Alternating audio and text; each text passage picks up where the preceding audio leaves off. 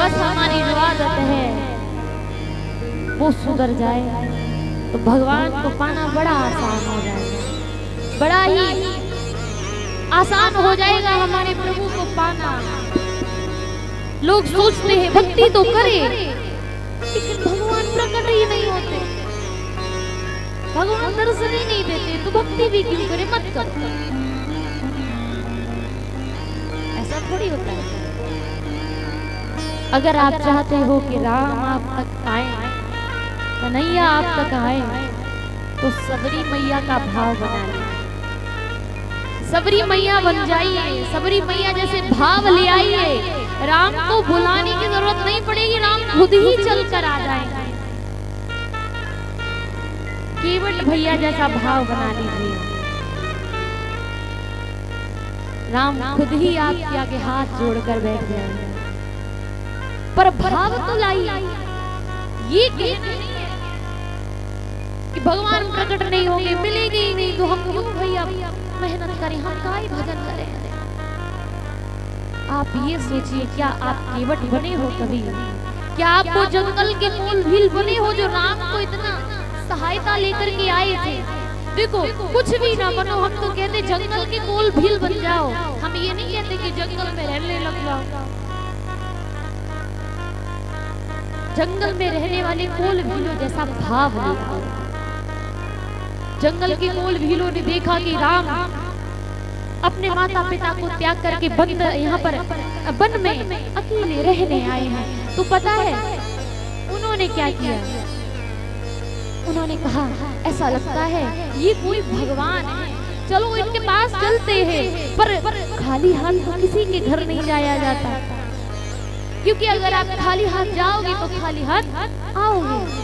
कोल भील सोच रहे भगवान के दर्शन करने जाएंगे और उन्हें खाली हाथ हम जाएं तो ये अच्छा नहीं लगेगा। तो कोल भीलों ने क्या किया? कंदमूल फल बड़े बड़े पत्तों में रख करके और सब चल दिए। इतने बड़े भगवान और उनके लिए कंदमूल फल लेकर के चल दिए। कहा आप कुछ नहीं है हमारे पास, तो हम क्या करें, कल ये कंदमूल फल ही सही चले लेकर। और भगवान से बस इतना कह दिया जाके कि प्रभु हम अपने पूरे परिवार सहित आपकी सेवा करने के लिए आए हैं, हम अपने साथ अपने परिवार को आपके समर्पित करने आए हैं और हम कुछ नहीं चाहते। तो कोल भील ही बन जाओ, अपने परिवार के साथ स्वयं को भगवान को निछावर कर दो, कह दो प्रभु अब हम तुम्हारे हवाले हैं, अब तुम बताओ हमें क्या करना है, अब आप जानो कि हमारी जिंदगी कैसे चलानी है, अब हमारे जीवन की नौका आपके हाथ में है। अब चाहे मझधार में जाकर के डुबो दो या फिर मझधार में आकर बचा लो। हम कोई भी काम करते हैं और अगर वो काम हमने कहा है प्रभु इस काम को आप संभालो, तो फिर वो काम कभी भी बिगड़ने वाला नहीं है। पर आपने कहा ही नहीं, अब जब काम बिगड़ने लगा तब कहा भगवान लगता है आपको हमारी प्रसन्नता अच्छी नहीं लग रही, तो ये तो गलत बात है। श्रीमद् भागवत कथा में द्रौपदी चीरहरण की लीला आती है।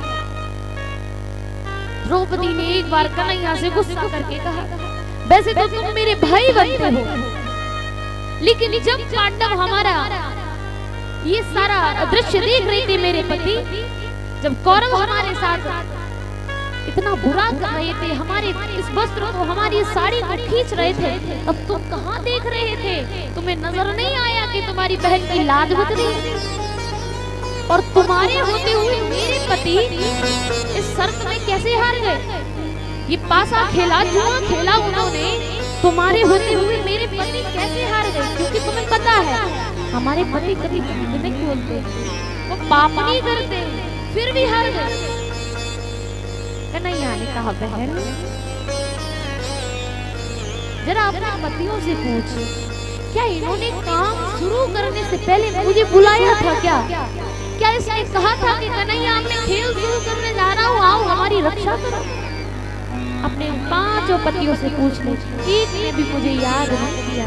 बहन अगर ये मुझे याद कर लेते तो जिस प्रकार से दुर्योधन ने बोल दिया था मेरी तरफ से पासा मेरा मामा शकुनी फेंकेगा। ये भी तो बोल सकते थे कि तुम्हारी तरफ से मामा शकुनी पासा फेंकेगा तो मेरी तरफ से मेरा कन्हैया पासा फेंकेगा, फिर देखते कौन जीतता। पर बहन तेरे पति ने तो मुझे याद भी नहीं किया, अब इसमें मेरी गलती क्या है? यानी जब काम बिगड़ने लग जाए तब भगवान याद आए, ये चीज है। काम शुरुआत हो रही है, काम को शुरू कर रहे हैं, तभी भगवान से कहिए प्रभु करने वाले हम हैं पर कराने वाले आप हो, इसको कैसे करना है ये आप जानो। भगवान के हवाले सब कुछ जब छोड़ दिया जाएगा तो कोई भी काम कभी भी बिगड़ने वाला नहीं है। कोई भी काम करिए, कहते हैं देखो अगर आप कोर्ट में जाएंगे और आपके पास अगर गवाह है तो आप केस जीतोगे, लेकिन गवाह ही नहीं है तो आप क्या करोगे? आप सत्य होते हुए भी हार जाओगे। तो अगर कोई काम करते हो आपके पास कोई गवाह नहीं है तो ऊपर वाले से कह दे प्रभु मेरा गवाह तू है, कन्हैया तू सब देख रहा है मैं ये काम कर रहा हूँ, मेरे पास कोई ऐसा नहीं है जिसे मैं गवाह बनाऊं। ये दुनिया तो झूठ बोल देगी, आप एक गवाह बनाइएगा दूसरी विपरीत पार्टी वाला उसे पैसे दे देगा, वो तो उसकी तरफ हो जाएगा। लेकिन जिसका ऊपर वाला गवाह बन गया वो कभी केस नहीं हार सकता, यानी हमेशा उसके हित में ही उसका भला ही होगा। इसलिए कोई भी काम करिए ऊपर वाले से कहिए आप हमारे सब कुछ हो, आप हमारे गवाह हो प्रभु, मैं ये कर रही हूँ आप देख रहे हो, बस और कुछ नहीं। गोस्वामी जी भी यही कहते हैं कुछ भी करिए, चाहे मरा मरा कहिए चाहे राम राम कहिए, बस भाव से कहिए पर प्रभु की शरण में रहिए। गोस्वामी तुलसीदास जी महाराज कथा को आगे ले गए और अब दूसरा घाट आता है जिस पर याज्ञवल्क्य जी महाराज भरद्वाज जी को कथा सुना रहे हैं। और ये घाट जो है जैसे एक वक्ता है याज्ञवल्क्य जी महाराज, वैसे ही एक श्रोता भरद्वाज जी महाराज, और इनके घाट का नाम है कर्मकांड घाट, यानी जो भी कर्म से संबंधित बातें आएंगी वो सारी याज्ञवल्क्य जी ने कही है। गोस्वामी जी ने कहा कि प्रयागराज में एक मुनि रहते हैं जिनका नाम है भरद्वाज जी महाराज। और जब यहाँ पर माह के महीने में जो अभी कुंभ का मेला निकल के गया है, इसी महीने में लगभग मानिए इसी टाइम, इसी महीने में इसी वक्त जब सारे ऋषि कुंभ के मेले के बाद लौटने लगे अपने अपने घर, उनका आश्रम त्याग कर, तो सबको भरद्वाज जी विदा करते हैं। लेकिन उनमें से एक ऋषि है जिनका नाम है याज्ञवल्क्य जी महाराज। उनके चरणों को भरद्वाज जी ने पकड़ लिया और कहा प्रभु आपसे मुझे बड़ा काम है, और कुटिया में लाकर के उनके चरणों को पखारा, आरती बंदन किया, पूजा किया। और आज गोस्वामी तुलसीदास जी महाराज भरद्वाज जी के बारे में बताते हैं कि ये कौन है, भरद्वाज जी की पहचान कैसे कराई है तुलसीदास जी महाराज ने। और कहा कि भरद्वाज मुनि वसहि प्रयागा, तिन्हि राम पद अति अनुरागा।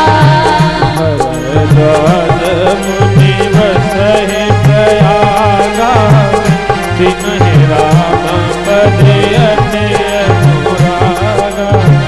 तापस समन दया निधाना, परमारथ पथ परम सुजाना।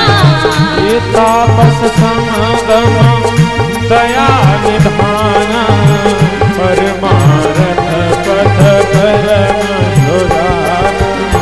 भरद्वाज शमाति पावन, परम रम्य मुनि मन भावन।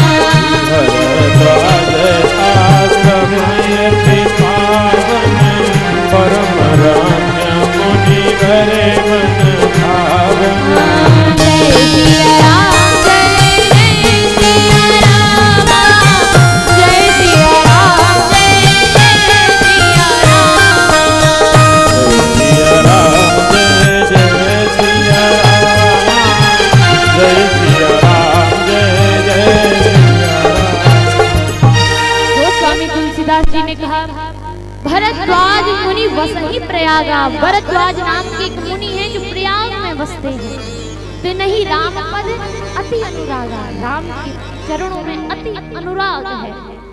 कल हमने बताया था ना कि 3 राग होते हैं, एक राग, दूसरा अनुराग और तीसरा बैराग। राग यानी साधारण प्रेम जो अपनी फैमिली से होना ही चाहिए। दूसरा अनुराग जो भगवान के चरणों में होता है। तीसरा वैराग, वैराग तो सभी जानते हैं, भगवान के पीछे सब कुछ छोड़ देना। लेकिन कलयुग में ये तो संभव है नहीं कि भगवान के पीछे अपने घर परिवार को, अपने नाती पोता बच्चों को सबको छोड़ के चले जाएं। तो भगवान ने कहा अगर नहीं छोड़ सकते हो तो उनमें आसक्ति मत रखिएगा। मतलब ये मत कहिएगा कि हम इनके बिन रह नहीं सकते।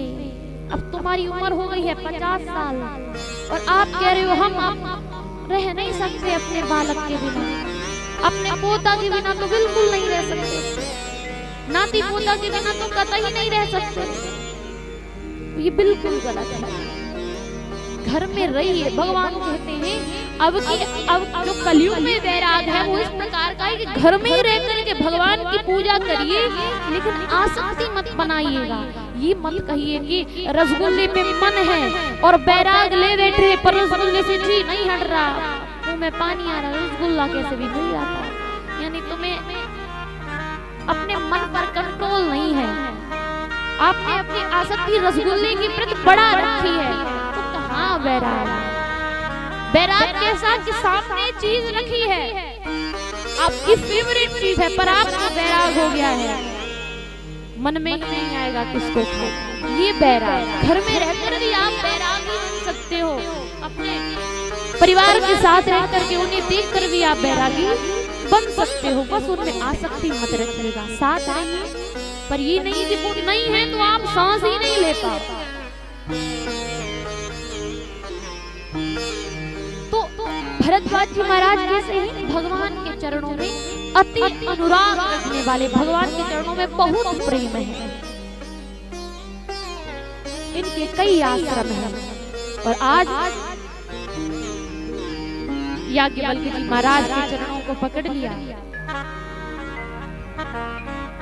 और उनसे कहने लगे कि मेरा एक संशय है, एक डाउट है, अगर आप संशय मेरा दूर करोगे तो आपका बहुत बहुत आभार होगा, बहुत बहुत कृपा होगी। और भरद्वाज जी ने कहा याज्ञवल्क्य जी से कि नाथ संसौ बड़ मोरे करगत वीर तत्व सब तोरे। आप ये मानो कि पुराणों के सार हो, आप सब जानते हो, आप हमारा एक संशय दूर करिएगा। कौन सा संशय? कि राम कवन प्रभु पूछहु तोहि कहिया बुझाई कृपा निधि मोहि। कि ये राम कौन है? राम कौन? ये कौन है ये राम? ये मुझे ऐसे समझाइए, कहिए बुझाई कृपा निधि मोहि। बुझाई का मतलब है समझाना। ऐसे ऐसे बुझाइए, ऐसे समझाइए कि मेरी मति को समझ में आए। मतलब हमें कोई बड़े बड़े श्लोक नहीं सुनने हैं, हमें कोई बड़ी बड़ी सिद्धियां नहीं सुननी है, हमें ऐसे सुनना है कि हमारे समझ में आ जाए कि ये राम है। इसका मतलब भरद्वाज जी राम जी को नहीं जानते। मतलब उन्होंने पूछा है कि राम कौन है, मतलब राम को नहीं जानते। अरे राम जी जब वनवास गए तो प्रयागराज में भरद्वाज जी महाराज ने उन्हें त्रिवेणी जी में स्नान कराया और वही भरद्वाज जी कह रहे हैं कि मैं राम को नहीं जानता। ये कैसी माया है। अब तो उन्होंने कहा कि महाराज आपको लग रहा होगा कि ये भरद्वाज जी कैसा प्रश्न कर रहे हैं। आपको बताऊं, एक राम के बारे में मुझे पता है। कौन से? कि एक राम देश तुम्हारा, एक राम यह देश तुम्हारा, तीन कर चरित विदित संसारा, तीन कर चरित विदित संसारा, नारी विरह दुख लयहु अपारा, नारी विरह दुख लयहु अपारा, नारी विरह दुख लयहु अपारा, नारी विरह दुख लयहु अपारा, भयउ रोष रावण मारा, भयउ से रावण मारा, भयउ रोष रावण मारा।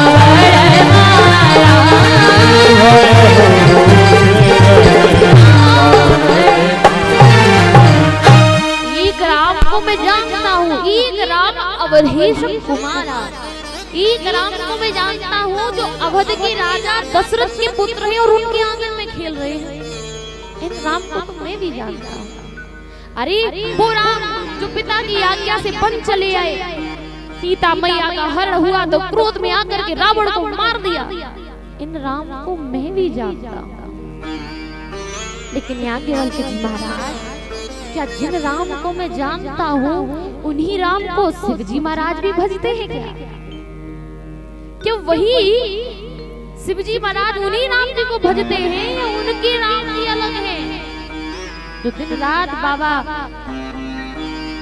राम राम राम राम भजते रहते हैं, वो राम दूसरे हैं या फिर वही राम जी जो दशरथ जी के आंगन में खेल रहे हैं? जैसे ही प्रश्न किया, याज्ञवल्क्य जी समझ गए, भरद्वाज जी आप बड़े चालाक हैं।